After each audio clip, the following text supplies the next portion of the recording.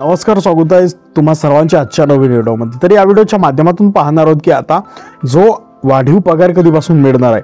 आता 8वा वेतन आयोग खालील प्रमुख मुद्द्यांवर आता शिफारसी करणार आहे। पण याबद्दल जाणून घेऊया की वाढीव जो पगार आहे, वाढीव पगार कधीपासून मिळणार आहे।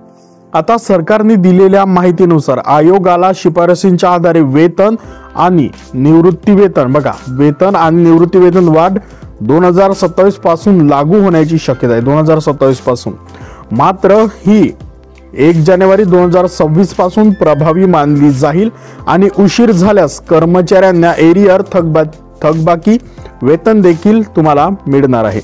आता सरकारी कर्मचाऱ्यांसाठी खूप आनंदाची बातमी आहे, कारण की 8वा वेतन आयोगाला केंद्राची मंजुरी दिलेली आहे। आता वाढीव पगार कधीपासून ते तर आपण बघितलं। आता त्याच्यानंतर बघूया की देशभरातील जे सरकारी कर्मचाऱ्यांसाठी आनंदाची बातमी आहे, कारण की केंद्र सरकारने आज अखेर 8व्या वेतनाला मंजुरी दिलेली आहे।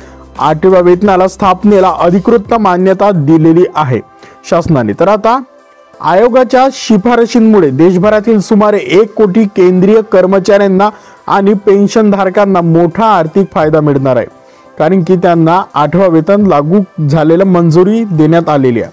आता आज झालेल्या बैठकीमध्ये बघा, आज झाली ज्या बैठकीमध्ये केंद्रीय मंत्रिमंडळाने 8व्या वेतन आयोगाच्या कार्यक्षेत्राच्या अटींना हिरवा कंदील दाखवलेला आहे।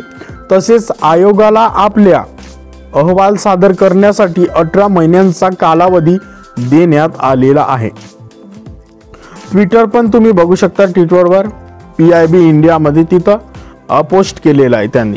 आता जस्टिन रंजन यांच्याकडे आयोगाचे नेतृत्व गेलेले आहे।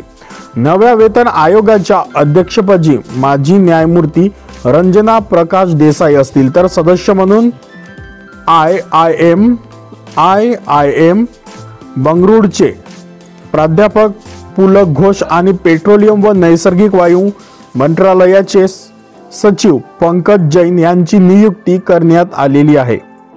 आता वाढीव पगार कधीपासून मिळणार आहे? वाढीव पगार सरकारने दिलेल्या शिफारसीनुसार, माहितीनुसार आयोगाकडून आलेल्या शिफारसींच्या आधारे वेतन आणि निवृत्ती वेतन वाढ 2027 पासून लागू होण्याची शक्यता आहे आणि मात्र ही वाढ 1 जानेवारी 2026 पासून प्रभावी मानली जाईल आणि उशीर झाल्यास कर्मचाऱ्यांचा एरियर थकबाकी वेतन देखील मिळेल। आता त्याच्यानंतर बघूया की 8वा वेतन आयोग खालील प्रमुख मुद्द्यांवर जे शिफारशी करणार आहे। पॉइंट नंबर 1, देशाची आर्थिक परिस्थिती आणि वित्तीय शिस्त राखण्याची गरज आहे। त्याच्यानंतर विकास आणि कल्याणकारी योजनांचा आवश्यक संसाधनांची उपलब्धता। त्याच्यानंतर नॉन कॉन्ट्रिब्युटरी पेन्शन स्कीमचा आर्थिक भार आणि टिकाऊपणा। त्याच्यानंतर आयोगाच्या शिफारशींचा राज्य सरकारच्या वित्तीय संस्थांवर परिणाम। त्याच्यानंतर केंद्रीय सार्वजनिक क्षेत्र उपक्रम PSUs आणि खाजगी क्षेत्रातील कर्मचाऱ्यांच्या वेतन रचनेला तुलनात्मक अभ्यास। आता त्याच्यानंतर दर 10 वर्षांनी वेतन आयोगाचा आढावा। बघा, केंद्र सरकारकडून दर 10 वर्षांनी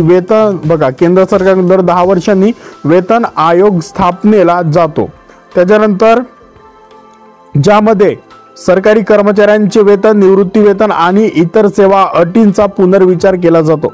2026 साली लागू झालेल्या 7वा वेतन म्हणजे 7वा पे कमिशन 1 जानेवारी 2016 पासून प्रभावी झाला। त्याच पद्धतीने 8व्या वेतन आयोगाच्या शिफारशी 1 जानेवारी 2026 पासून लागू होणार आहे। तर ही आपण आता माहिती जाणून घेतली की जो सरकारी कर्मचाऱ्यांसाठी खुशखबर होती, कारण की 8वा वेतन आयोगाला केंद्राची मंजुरी दिलेली आहे। आता वाढीव पगार कधीपासून याबद्दल पण माहिती सांगितली। व्हिडिओ आवडला असेल तर लाईक करा, चॅनलवरती नवीन असेल तर चॅनलला सबस्क्राईब करा आणि या व्हिडिओला शेअर करा। धन्यवाद।